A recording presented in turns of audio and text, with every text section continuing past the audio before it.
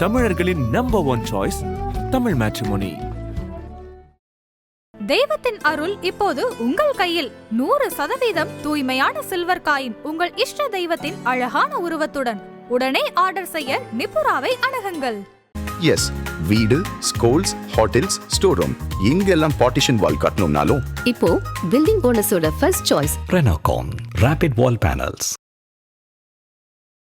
தனுசு ராசி நேயர்களுக்கு இந்த தமிழ் புத்தாண்டு எப்படி இருக்க போகுது சார்? ஜூன் மாதத்தில் அவர் இந்த குரு பயிற்சி நடந்த பிறகு பண விஷயங்கள ரொம்ப கவனமாக இருக்கணும். சில நேரங்களில் பண விஷயத்தில் இவர்கள் ஏமாற்றப்படலாம், அப்படி ஒரு அமைப்பு இருக்கும். அட்டமாதிபதியாக இருக்கக்கூடியவர் 3ஆம் இடத்துல உட்கார்றார். கட்டாயமாக வீடு நல மாற்றங்கள் ஏற்படும். வாடகைக்கு இருக்கிறவங்க இன்னொரு இடத்துக்கு போகலாம், இல்லை சொந்த வீடு வாங்கினவங்க கூட இன்னொரு வீட்டை மாற்றலாம். சுய தொழில் இல்லைன்னா கூட்டு தொழில் இதெல்லாம் பண்ணுறவங்க கொஞ்சம் உங்களுடைய ஃபைனான்ஸை பார்த்து செலவு பண்ணுறது ரொம்ப ஜாக்கிரதையாக இருக்க வேண்டிய ஒரு காலகட்டம். சொந்த தொழில் பண்ணக்கூடியவங்க கண்டிப்பாக தொழிலில் நீங்கள் போய் உட்காரணும். இப்போ திருமண வாழ்க்கையில் பொறுமையாக இருக்க வேண்டிய ஒரு அவசியம் இருக்குது. நிறைய பேருக்கு இந்த ஆண்டு காதல் திருமணம் கைகூடும். தனுசு ராசிக்காரர்கள் காதல் திருமணம் கைகூடும். ரொம்ப சக்ஸஸ்ஃபுல் மேரேஜாக அமையும், அதில் சந்தேகம் இல்லை. வாக்குக்காரக்கன் தானே சனி 4ஆம் இடத்துல போகிறாரு. பூமி சார்ந்த விஷயங்கள், வண்டி வாகனங்கள் சார்ந்த விஷயங்கள், இதில் எல்லாம் கவனமாக இருக்கணும். ஆதன ஆன்மீகம் நேயர்களுக்கு ஷாம்லாவின் அன்பு கலந்த வணக்கங்கள். தமிழ் புத்தாண்டு அப்படின்னாலே நிறைய பேருக்கு நிறைய விஷயங்கள் ஞாபகம் வரும். முக்கியமாக இந்த ஆங்கில புத்தாண்டு பிறக்கும் போதுமா இருக்கட்டும், தமிழ் புத்தாண்டு பிறக்கும் போதா இருக்கட்டும், நம்மளோட ராசிக்கு என்ன விஷயங்கள் நடக்கும், இந்த வாட்டியாவது நமக்கு நல்ல விஷயங்கள் நடக்குமா அப்படின்னு நிறைய பேர் நிறைய விதமான எதிர்பார்ப்புகளோடு இருந்திருப்பாங்க. இவ்வளோ நேரம் பொது பலன்களாக பார்த்துருந்தோம். அதை தொடர்ந்து 12 ராசிக்காரர்களுக்குமே இந்த தமிழ் புத்தாண்டு எப்படி இருக்க போகுது அப்படிங்கிறது தான் நிறைய விஷயங்களை இன்னைக்கு இந்த நிகழ்ச்சியில் கேட்டு தெரிஞ்சுக்க போகிறோம். வணக்கம். வணக்கம். 3 பேர் எப்படி இருக்கீங்க? ரொம்ப சௌக்கியமா இருக்குமா? உங்களுக்கு தமிழ் புத்தாண்டு நல்வாழ்த்துக்கள். நேயர்களுக்கு தமிழ் புத்தாண்டு நல்வாழ்த்து. ரொம்ப நன்றிமா. நேயர்களுக்கு இந்த பராபவ வருஷம் நல்ல மகிழ்ச்சியும் ஆனந்தமும் நிறைந்த வருஷமா இருக்கணும்னு வாழ்த்துறோம்மா. தனுசு ராசி நேயர்களுக்கு இந்த தமிழ் புத்தாண்டு எப்படி இருக்க போகுது சார்? தனுசு ராசிக்காரங்களை பொறுத்த வரைக்குமா, ராசிக்கு அதிபதியே குரு பகவான் தான். நல்ல தன்மையான மனிதர்கள். அப்போ இவர்களுக்கு என்னன்னா, ராசிக்கு அதிபதி ராசியை பார்க்கிறார் வருஷ துவக்கத்தில். நல்ல வெளிநாட்டு வாய்ப்பு, முன்னேற்றம் அதெல்லாம் கொண்டு கொடுத்துரும். ஆனால் ஜூன் மாதத்தில் அவர் இந்த குரு பயிற்சி நடந்த பிறகு பண விஷயங்கள ரொம்ப கவனமாக இருக்கணும். சில நேரங்களில் பண விஷயத்தில் இவர்கள் ஏமாற்றப்படலாம், அப்படி ஒரு அமைப்பு இருக்கும். பொதுவாகவே இந்த 4 மூலையில் இருக்கக்கூடிய ராசிகள், அதாவது மிதுனம், கன்னி, தனுசு, மீனம், இந்த 4 ராசிக்காரர்களுக்குமே திருமண வாழ்க்கை அவ்வளவு சோபிக்கிறது இல்லை. ஏன்னா 7ஆம் இடத்தின் அதிபதி பாதகாதிபதி, பாதகஸ்தானம் அது. ஆகவே இவங்களுக்கு என்னென்ன திருமண வாழ்க்கையில் சில பிரச்சனைகள் பொதுவாகவே இவங்களுக்கு கொடுத்துக்கிட்டு இருக்கும். அப்படித்தான் தனுசு ராசிக்கும். அப்போ திருமண வாழ்க்கையில் பொறுமையாக இருக்க வேண்டிய ஒரு அவசியம் இருக்குது. நிறைய பேருக்கு இந்த ஆண்டு காதல் திருமணம் கைகூடும். தனுசு ராசிக்காரர்கள் காதல் திருமணம் கைகூடும். ரொம்ப சக்ஸஸ்ஃபுல் மேரேஜாக அமையும், அதில் சந்தேகம் இல்லை. ஆனால் பாக்கிய ஸ்தானத்தில் கேது பகவான் உட்கார்ந்துருக்கிறார்.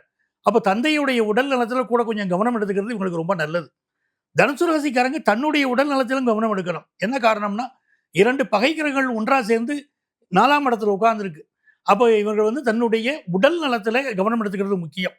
சில பேருக்கு விவாகரத்துக்களை எதிர்பார்க்கக்கூடிய சிலருக்கு இந்த ஆண்டு விவாகரத்தும் கூடி வரும். 4ஆம் இடத்துல இந்த கிரகங்களுடைய சேர்க்கை விவாகரத்தும் கூடி வரும்.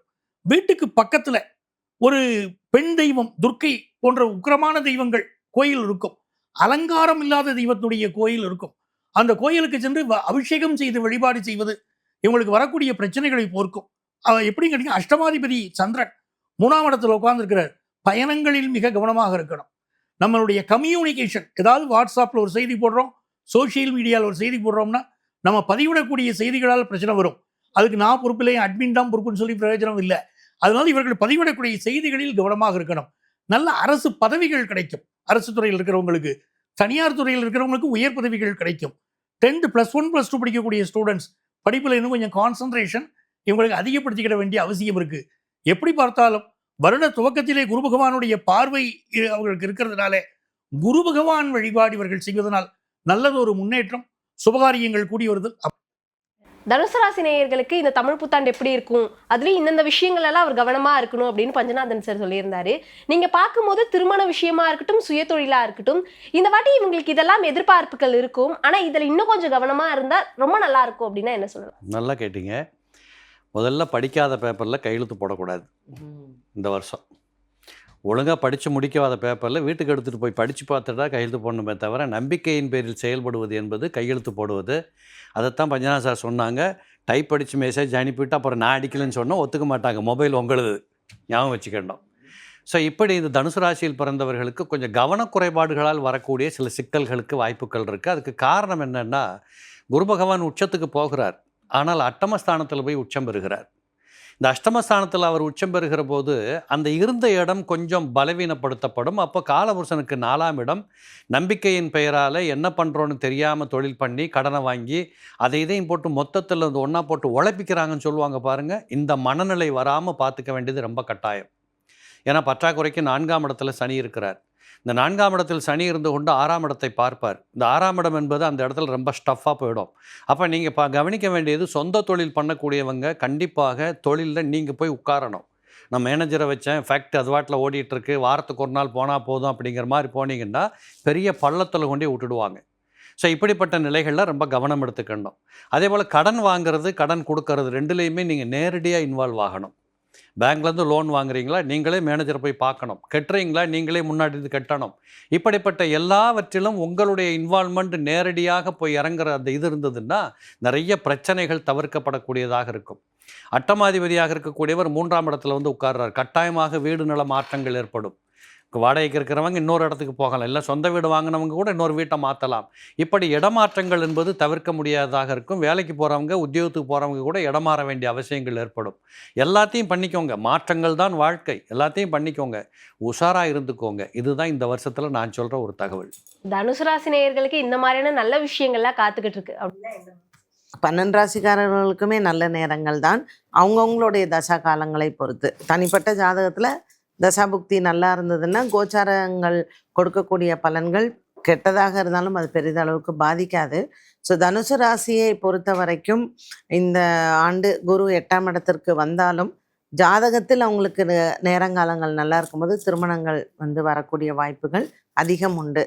ஸோ இவங்க இல்லை குரு 8ல் இருக்குது, நான் இப்போ பண்ணலை, ஒரு வருஷம் கழித்து பண்ணுறேன் அப்படிங்கும்போது நல்ல வரன்களை விட்டுருவாங்க. அதனால் நல்ல இடம், நல்ல இது அப்படின்னு தெரிஞ்சால் நீங்கள் குருவுக்கு ஏதாவது பரிகாரம் பண்ணிட்டு கூட கல்யாணம் பண்ணலாம், தவறில்லை. 4ஆம் இடத்துல சனி பகவான் வரும் பொழுது எப்படி நீங்கள் செலவு பண்ணுறீங்க, உங்களுடைய பொருளாதாரத்தை, ஃபினான்ஷியல் மேனேஜ்மெண்ட் ரொம்ப ரொம்ப முக்கியம். அதுவும் தொழில் செய்கிறவங்களுக்கு, சுய தொழில் இல்லைன்னா கூட்டு தொழில் இதெல்லாம் பண்ணுறவங்க கொஞ்சம் உங்களுடைய ஃபைனான்ஸை பார்த்து செலவு பண்ணுறது ரொம்ப ஜாக்கிரதையாக இருக்க வேண்டிய ஒரு காலகட்டம். ஏன்னா உங்களுக்கு ராகு 2ல் வரும், அப்புறம் கேது 8ல் வருவார்.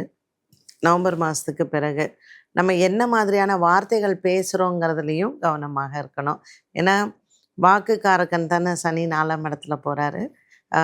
பூமி சார்ந்த விஷயங்கள், வண்டி வாகனங்கள் சார்ந்த விஷயங்கள், இதில் எல்லாம் கவனமாக இருக்கணும். இந்த ட்ராவல்ஸ்லாம் நடத்துகிறாங்க இல்லையா, அவங்களுக்கெல்லாம் நிறையா அந்த வண்டியில் செலவுகள்லாம் வர்றதுக்கு வாய்ப்பு இருக்குது. ஸோ எது அவங்கவுங்க செய்யக்கூடிய தொழில் விஷயத்தில் கவனமாக இருந்தால் தனுசு ராசிக்காரர்களுக்கு இந்த வருடம் நல்ல வரும்.